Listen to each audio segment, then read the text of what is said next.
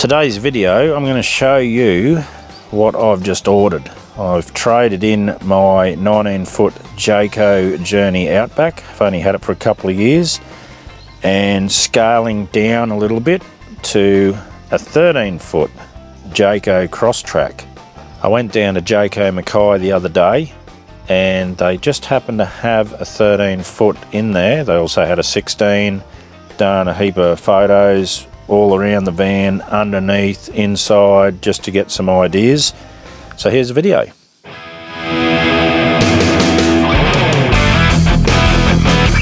This is the new Crosstrek I went and had a look at the other day. It's only 13 foot, but it has got a lot of room for what I want. And it's like a little blank canvas, so I can do a lot of improvements to this van straight away. It also pays to join a couple of forums. I joined up with Jayco Crosstrak owners on Facebook, just to get a few ideas, how good they are, is there any problems. It always pays to do that. Every van manufacturer is going to have problems regardless. I'm used to living in small vans. That was my van I bought a few years ago, little J-Pod. It was an awesome thing, but yeah, not good for full-time living. But still, it was a good little van. The idea of this one too, it's so compact, the width, the weight, the height, it ticks all the boxes for going off-road. Weight has been a big thing considering this van. The Jayco Journey Outback I've got is just too heavy for what I want to do. This ball weight, I can even get it under the 100 if I have a bit of a crack, and I'll show you why.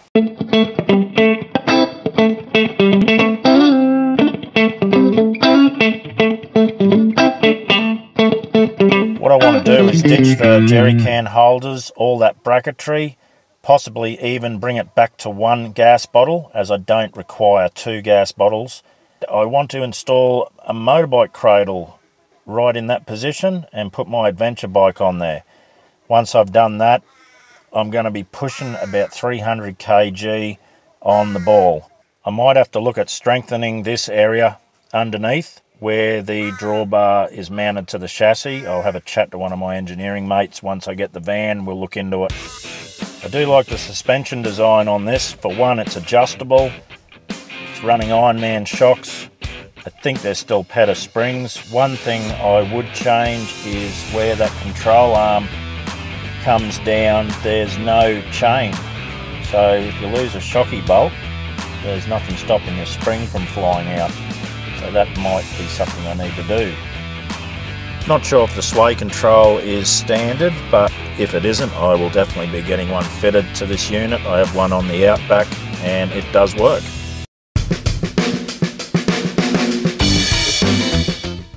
On the left hand side, it has the tunnel boot with a standard fridge slide in there and a drop down lid.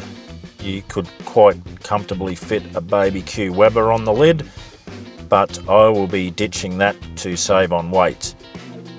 This is a right hand side looking at the back of the fridge slide. Little bit of space in there to store your equipment. I like the kitchen, except I don't want the gas burners. I'm thinking of actually removing that and using that area underneath as storage. Possibly a hinged lid for more bench space.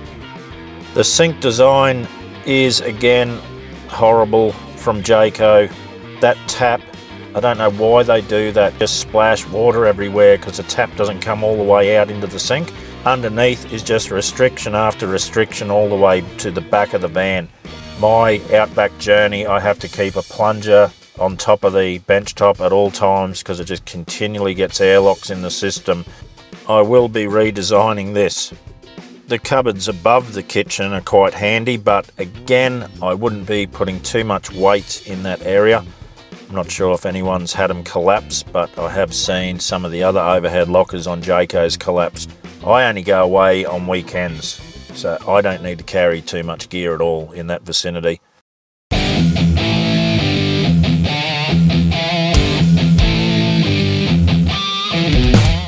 You're going to be ditching the AGM, going to 2 lithium batteries, and getting rid of the J35 controller, upgrading that for the actual lithium controller with a DC-DC charger. That's underneath the electrical system. Probably needs a bit of tidying up there. Under the seats where the hot water system is, that's another area I'm looking at, possibly relocating the batteries and the electrical system instead of having it cramped under the bed. It's a bit hard to get to and access, where under those seats is a lot easier. And that's a hot water system just at the very rear bench seat along the wall. And we've got a bit of room in there for storage as well.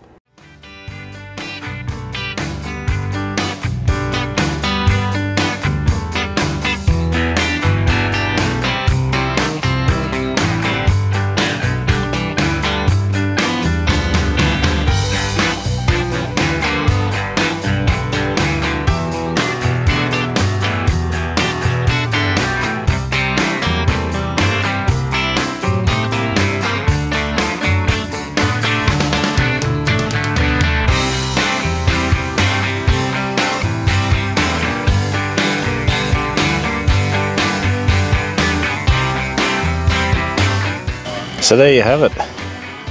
It's on order, probably about 2 months away, maybe 3 maximum.